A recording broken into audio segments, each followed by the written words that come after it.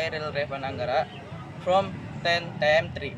I graduated from Cibitung Vocational High School. I was majoring mechanical engineering.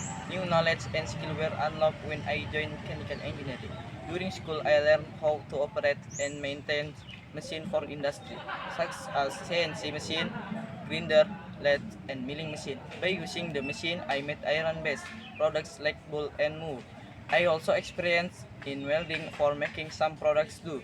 Last but not least, in mechanical engineering, I was trained to assemble the pneumatic and hydraulic system.